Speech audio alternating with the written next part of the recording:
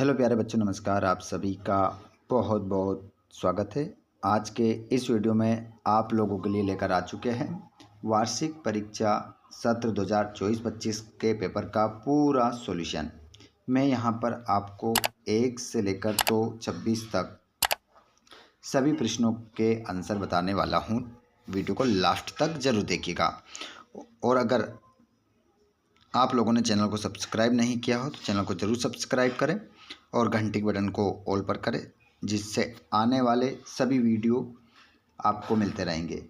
इससे पहले हमने आप लोगों को हिंदी का प्रोवाइड करवा दिया था और ये रहा आपका सामाजिक विज्ञान का। इसके बाद आपके लिए विज्ञान, अंग्रेजी, गणित, सारे सब्जेक्ट एक के बाद एक, संस्कृत वगैरह सारे सब्जेक्ट का आपको मिलते रहेंगे। तो आप इस क्लास को लास्ट तक देखिएगा, अपने सभी दोस्तों को शेयर करें।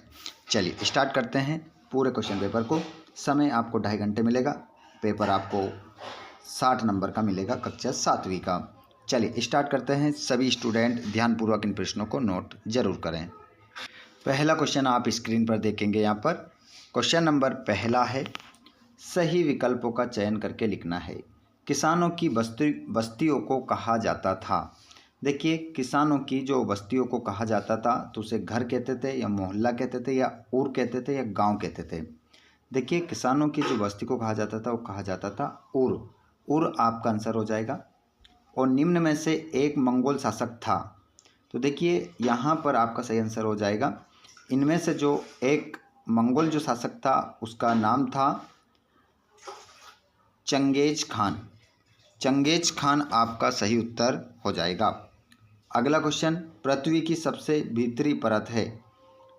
तो पृथ्वी की सबसे भीतरी जो परत है उसका आंसर भी आप देख लीजिए यहाँ पर। तो आपका इसमें सही उत्तर हो जाएगा। उसे पृथ्वी की सबसे भीतरी परत को क्रोड कहते हैं। क्रोड आपका आंसर हो जाएगा। और हमारे लोकतंत्र की प्रमुख विशेषता है, हमारे लोकतंत्र की जो प्रमुख विशेषता है वो है भेदभाव, समानता, जातिवाद, निरंकुशता। तो यहाँ पर सब आपका आंसर हो जाएगा समानता। विधानसभा के सदस्य कहलाते हैं अध्यक्ष, महापौर, सांसद, विधायक। तो यहाँ पर आपका आंसर हो जाएगा विधायक कहलाते हैं। अगले क्वेश्चन को देखेंगे हम। प्रश्न नंबर आपका रहेगा अगला, जिसमें हम देखने वाले हैं रिक्त स्थान की पूर्ति करना है। यहाँ पर क्वेश्चन क्रमांक 6 देखेंगे। कावेरी डेल्टा में नाम से प्रसिद्ध एक छोटे से मुखिया परिवार की सत्ता थी। तो यहाँ पर आपका सही उत्तर हो जाएगा। इसमें आप लिखेंगे अट्रियार। अट्रियार आपका आंसर हो जाएगा। अट्रियार आप सही उत्तर लगा लेंगे यहाँ पर। अगला क्वेश्चन है, आग्नेय सेल को सेल भी कहा जाता है। देखिए, आग्नेय जो सेल है उसको प्राथमिक सेल भी कहा जाता है। इसे हम कहते हैं प्राथमिक सेल। प्राथमिक सेल भी इसे हम कहते हैं। और 8वां क्वेश्चन है, राज्य का संवैधानिक प्रमुख होता है। तो यहाँ पर आपका आंसर होगा राज्यपाल। राज्यपाल आपका सही उत्तर हो जाएगा। अगला क्वेश्चन है 9वां, लड़के लड़कियों में लिंग भेद के चलते लड़कों को खेलने के लिए खुला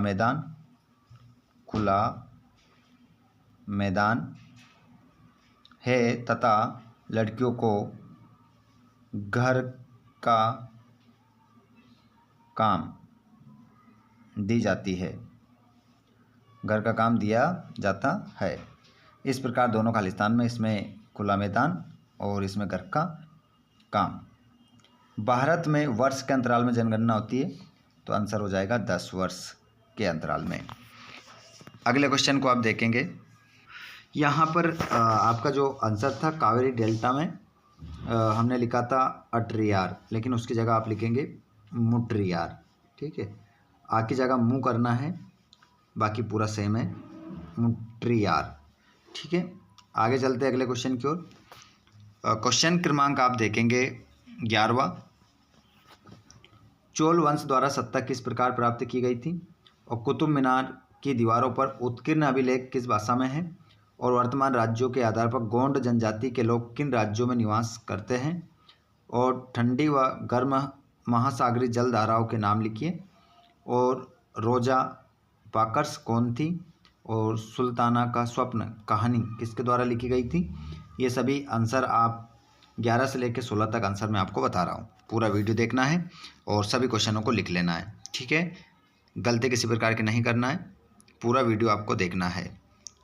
यहाँ पर आप देखेंगे क्वेश्चन नंबर, ये रहा आपका 11 का उत्तर। चोल वंश द्वारा सत्ता किस प्रकार प्राप्त की गई थी। चोल वंश ने सत्ता युद्ध की विजय के माध्यम से प्राप्त की थी।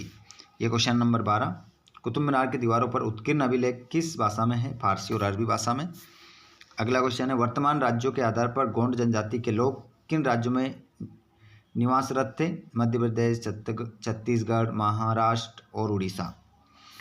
आगे देखते हैं, ठंडी व गर्म महासागरीय जल धाराओं के नाम लिखिए। तो इसे हम ठंडी जल धाराएं कनारी या लेब्राडोर, गर्म जल धाराएं गल्फ स्ट्रीम, क्यूरोसियो भी कहते हैं। अगला देखेंगे, रोजा पार्कर्स कौन थी। रोजा पार्कर्स एक अमेरिकी नागरिक अधिकार कार्यकर्ता थी जिन्होंने नस्लीय भेदभाव के खिलाफ आंदोलन में योगदान दिया। आगे देखेंगे आप, ये रहा अगला 16। सुल्ताना का स्वप्न कहानी किसके द्वारा लिखी गई। तो बेगम रोकैया द्वारा। क्वेश्चन नंबर आपका 17 का आंसर है, पृष्ठ नंबर 17 का आंसर है ये। क्वेश्चन देख लीजिए, पहले पेपर में क्वेश्चन देख लीजिए। ये रहा 17 से लेकर, तो सभी क्वेश्चन देख लेंगे। क्वेश्चन भी लिख रखे हैं वहीं पर, 23, 24, 25 सभी क्वेश्चन आप स्क्रीनशॉट लेकर देख सकते हैं, या 26 क्वेश्चन देख सकते हैं। घरेलू काम करने वाली महिला मेलानी ने अपने अनुभव में किन बातों को बताया। तो ये तो रहा क्वेश्चन नंबर 26। सभी क्वेश्चन आप पढ़ लेना, आंसर भी मैं आपको ये बता रहा हूँ, ठीक है। ये रहा आपका 17वां और ये रहा 18 जो अभी क्वेश्चन हमने पढ़ा है। रानी दुर्गावती को गढ़ कटंगा की बागडोर क्यों संभालनी पड़ी।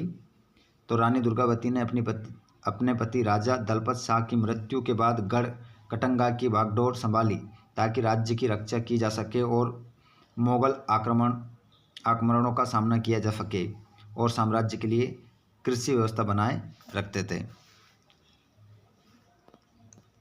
सेल किसे कहते हैं। तो सेलों के प्रकार, आग्नेय सेल, अवसादी सेल, रूपांतरित सेल।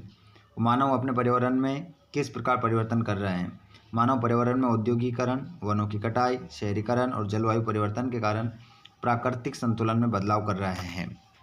आगे देख सकते हैं आप, प्रश्न नंबर 20। सेल किसे कहते हैं। सेलों के प्रकार लिखिए। आग्नेय सेल, क्वेश्चन नंबर ये तो 20 है हमारा। ये रहा 21। सरकार द्वारा नागरिकों से कर क्यों लिया जाता है। तो सरकार द्वारा